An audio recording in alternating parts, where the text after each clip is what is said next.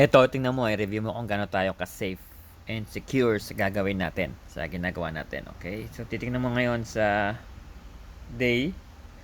Kung titingnan mo sa day, uh, of course, long siya, okay?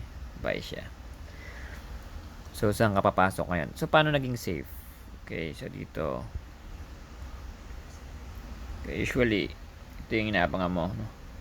Ito yung support.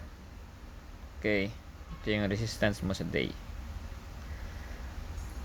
So, abangan natin dito kung bababa siya o hindi. Which is, kung abangan mo yan, tagal yan. Pwedeng mayari mamaya, pwedeng bukas, o pwedeng days. No? Um, Ngayon, pupunta tayo sa 4 hours. Dati ka mag-plot sa 4 hours. Ngayon, kung makikita mo sa 4 hours, may consolidation dito. Okay? Liliit, no? Up and down, up and down. So, hindi tayo pasok. Punta tayo sa 5. 15. Okay, mas maliwanag na sa 15. Pupunta ka ngayon sa 5 minutes. Okay. So, kagabi ko pa inaabangan. Okay.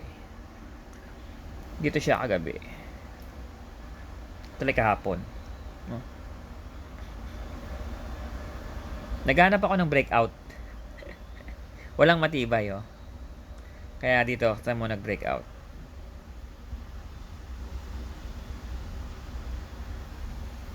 Actually, ito yung target ni na inahanap ko. Na sana. Okay. Hindi kasi matibay ito eh. Okay. Hindi siya matibay. So, mag-aantay ka na sigurado na breakout. So, paano malalaman matibay? Dapat may isa pa siyang stick. O dapat buong buo yung stick niya rito. Ay, yung candle dito yung corner niya buong buo dapat. Tingnan mo sa 15. Kung mag-i-start ka rito, no? Kaya pagdating dito, bumaba siya. Okay? Dito, hindi siya tumuloy. Kulang tong strength. Hindi siya yung strong na strength. Okay? Then, nag-consolidate siya dito, pumantay siya dito, bumaba siya. So, hindi siya tumaas. Hindi siya tumuloy. Okay? So, hindi ka papasok dito. So, kung kinakati ka, kaya karamihan matatalo tayo. Kung kinakati ka, pasok ka agad. So, hindi siya it's all about waiting. So, waiting and positioning. So, yung right entry. At the same time, bukod sa patience and waiting, is yung positioning. Kumbaga yung lot size mo. Okay. Huwag kang tatayan na kakabahan ka. Okay. Dapat tansyado mo. So, titingnan mo rito. Okay. Consolidate. Wala pa rin eh. Tumaas siya rito. Bumaba, tumaas.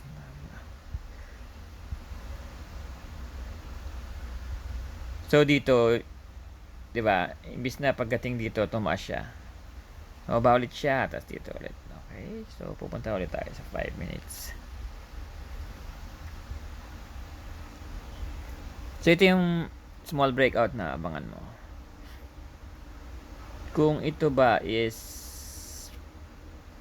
ito sa guhit na violet, kung magko-close siya, no, na sa candle na magko-close yung candle na buo, mag-retrace yan dito, tapos papalo yan.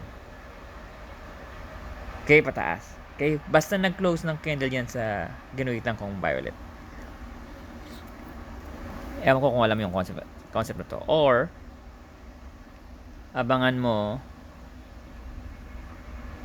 to na mag-close siya rito ng buo. Okay, sa sell. Okay? Mag-close siya rito ng buo. Here, sa sell. Pag nag-close ng buo, abangan mo yung retracement. Okay? Dito ka ngayon mag-set ng stop loss. Okay? So, between here and here ang stop loss mo. Kung sa buy naman, nag-close dito na buong buo. Okay? Antayin mo mag-retrace dito. Okay? So, dito ka magsaset ng stop loss mo. Okay? So, very calculated yung trade natin. So, mas maganda, few trades na sigurado, kahit mag-antay ka, kaysa ang dami mong trade na maliit na panalo na pwedeng sunog yung account mo. So, ang number 1 sa trading is survival of your account. Number 2 na lang yung profit. Of course, pag nag-survive ka, magka-profit ka, di ba? So, yan yung strategy natin. So, makikita mo, over 1 week, 2 weeks, months, lalaki yung pera natin, di ba? It's safe.